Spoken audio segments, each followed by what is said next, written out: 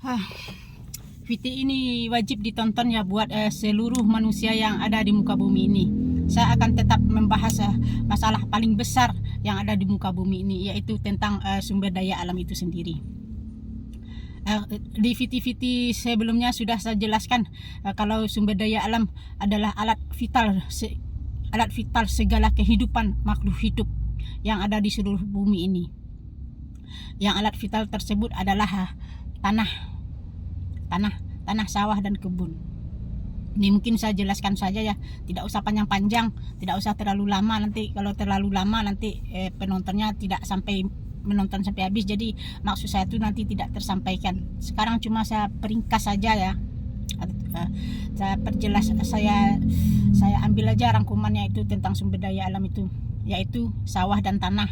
Sawah dan tanah itu adalah unsurnya berpotensi 100% untuk menghidupkan segala makhluk hidup, segala tumbuhan, segala makhluk hidup dari situ. Yang pertama akan saya bahas yang sumber daya alam kita. Yang pertama sawah ya. Sawah itu adalah tempat habitatnya padi. Kita untuk makan itu kan bercocok tanam dulu 4 bulan, jadi baru bisa kita panen ya. Setelah dia menjadi padi, nanti dia berubah menjadi beras. Dari beras itu dia akan berubah menjadi semua macam makanan. Warung Padang, warung Jawa, segala macam-macam warung itu hidup ekonomi dari situ ya. Dari yang namanya beras tadi ya. Berarti 100 dagangan ada di situ ya, pekerja ada di situ kan. Dari beras tadi dia akan berubah menjadi tepung. Dari tepung itu dia akan berubah menjadi ratusan macam-macam jajanan. Di situ juga ekonominya hidup dari situ, dari pedagang-pedagang jajan-jajan itu. Semua orang bekerja di situ kan. Jadi sumber ekonomi hidup dari yang namanya padi tadi, dari sawah. Itu jelas ya. Jadi kalau kita kehilangan sawah tersebut yang tadi, seandainya kita bangun dengan bangunan-bangunan beton, maka kita akan kehilangan sumber daya alam tersebut yang sumber daya alam tadi berpotensi menghidupkan 1000 macam ekonomi dari situ ya. Jadi kita bisa membayangkan apa yang akan terjadi seandainya lahan kita yang hilang.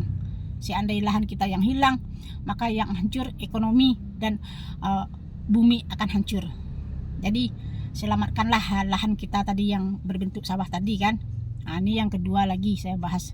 Yang kedua itu sumber daya alam itu loh, kebun. Kebun itu kan tempatnya semua buah-buahan, macam-macam buah-buahan kan, dan ekonominya juga bergerak dari situ. Bersumber dari situ, ekonomi hidup dari situ, dari pedagang-pedagang buah, segala macam buah itu. Satu macam buah aja bisa menciptakan pedagang banyak ya, kayak buah duren, ada jus duren, banyaklah pancake duren. Jadi banyak juga macamnya, kayak alpukat. Jadi setiap buah itu akan menciptakan menghasilkan ratusan ekonomi dan menciptakan lapangan pekerjaan. Itu yang sawah tadi kan. Yang ketiga, sumber daya alam kita itu kan sawah tadi. Kalau sawah yang hilang, maka akan hilang peternakan juga.